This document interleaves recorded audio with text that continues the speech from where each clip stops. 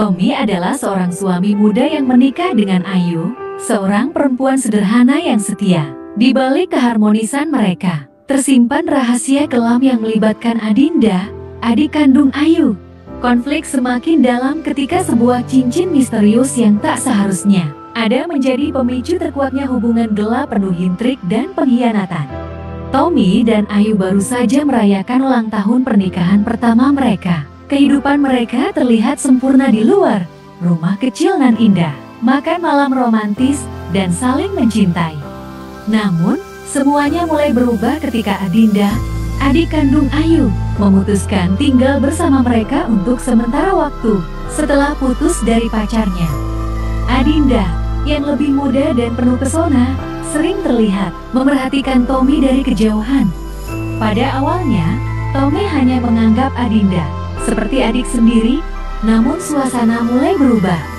Adinda mulai sering menyentuh tangan Tommy secara tidak sengaja, memberi perhatian lebih dari biasanya, dan memanfaatkan momen ketika Ayu tidak ada di rumah.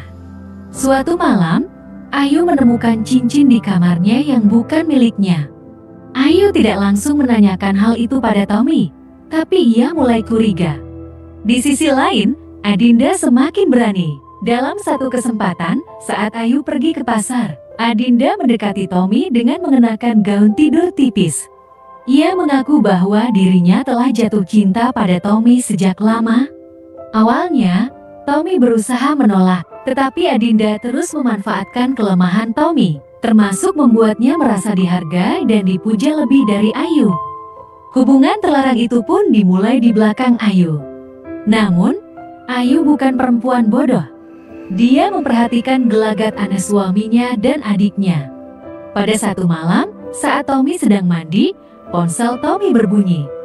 Tanpa sengaja, Ayu membuka pesan dari Adinda yang bertuliskan, "Aku ingin segera bersamamu tanpa perlu sembunyi-sembunyi lagi." Hati Ayu hancur, tapi ia memilih berpura-pura tidak tahu. Dia mulai menyusun rencana.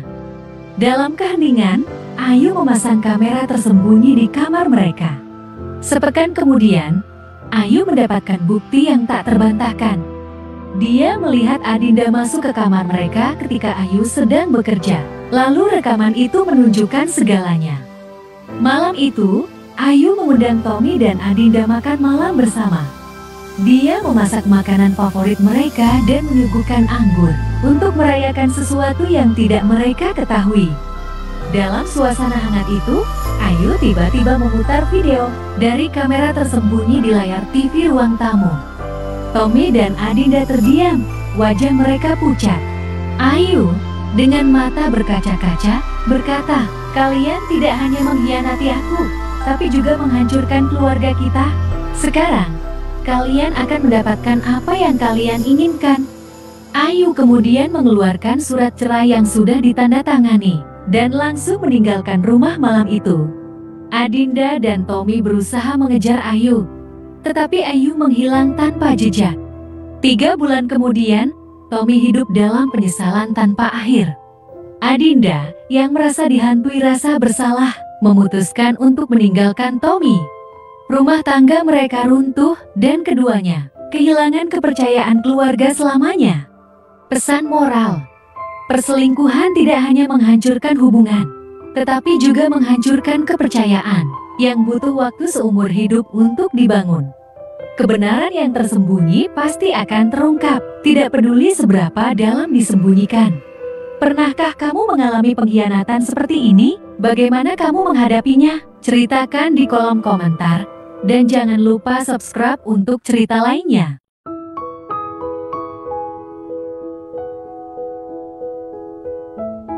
Di sebuah kota kecil, hiduplah seorang wanita tua bernama Ani.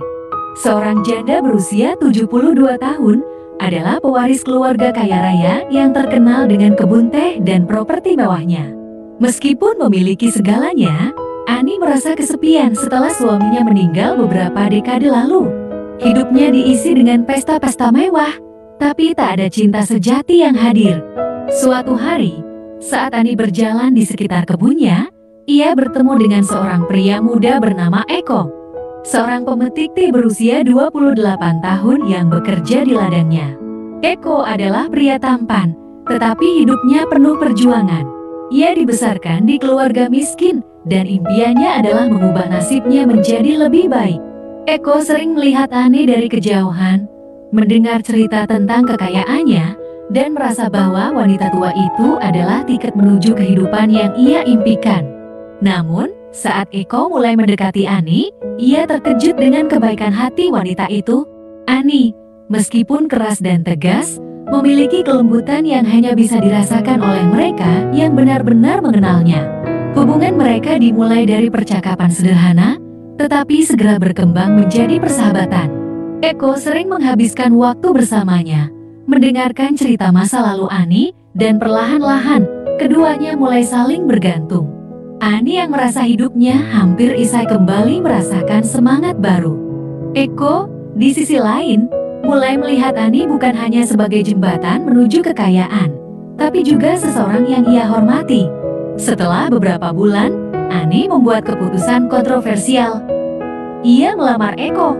Berita itu mengguncang kota kecil mereka. Orang-orang menuduh Eko hanya memanfaatkan Ani demi hartanya, sementara keluarga Ani mencoba menghentikannya.